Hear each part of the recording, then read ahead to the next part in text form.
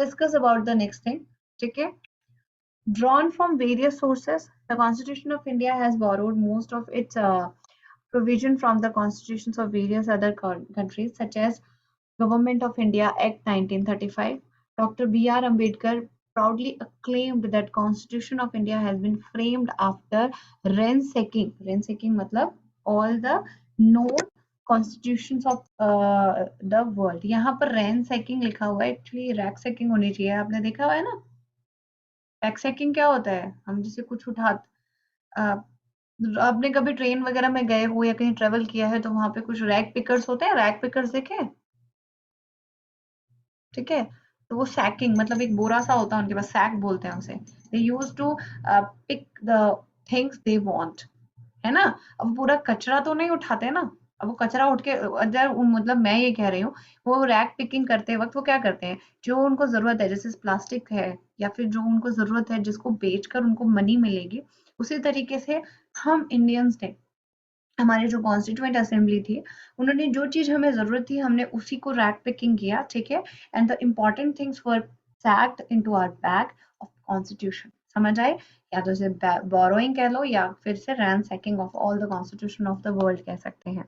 The structural part of the constitution is to large extent derived from the Government of India Act 1935. हाँ जी नमन, message करो बेटा, फिर आप में डिस्कस कर लेते हैं. ठीक है, गवर्नमेंट ऑफ इंडिया एक्ट 1935 से काफी ज्यादा पार्ट जो है हमारा स्ट्रक्चर ऑफ इंडियन कॉन्स्टिट्यूशन उसी से काफी ज्यादा क्या कहते हैं हमारा उससे इन्फ्लुएंस्ड है. ठीक है, नमन मैसेज करो बेटा, नहीं तो मैं लास्ट में पूछ लूंगी, कोई बात नहीं, मुझे मैसेज कर सकते हो, करो.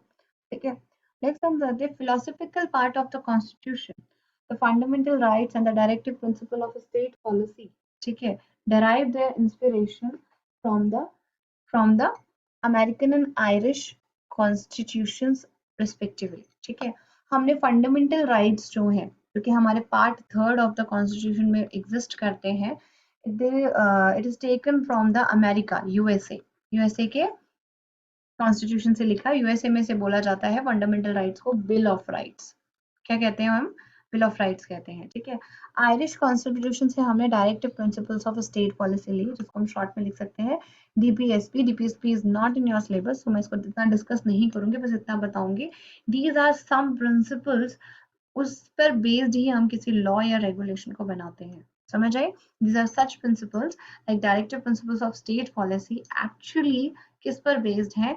आपके कुछ पर्टिकुलर, हम किसी भी रूल को बनाने जाए तो हमें डीपीएसपी को जो है चेक करना पड़ता है.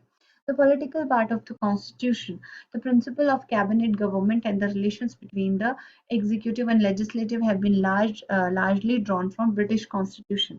तो हमने इंडिया को कैबिनेट सिस्टम है ना, मतलब आपका पार्लियामेंट एंड एवरीथिंग. ठीक है, हाँ जी बिल्कुल, Madhya Pradesh also known as Ambedkar Nagar. हाँ नहीं, वहां नहीं राइट किया था उसको बेटा, बनाया तो उन्होंने कॉन्स्टिट्यूंट असेंबली, पर वो वहां पैदा हुए थे माउ डिस्ट्रिक्ट में. ठीक है, जिसको अब अम्बेडकर नगर बोलते हैं, अभी नाम चेंज किया उसका. ठीक है, नाउ देखो, तो ब्रिटिश कॉन्स्टिट्यूशन है. ठीक है, तो जिसमें एग्जीक्यूटिव है, ये लेजिस्लेटिव है, ये सारे के सारे प्रिंसिपल्स हमने जो क्या अपना cabinet system, parliament form of government, Lok Sabha, Rajya Sabha, all are taken from the British government. समझ आ रहा है मेरी बात? हमने यूएसए से लिए फंडामेंटल राइट्स.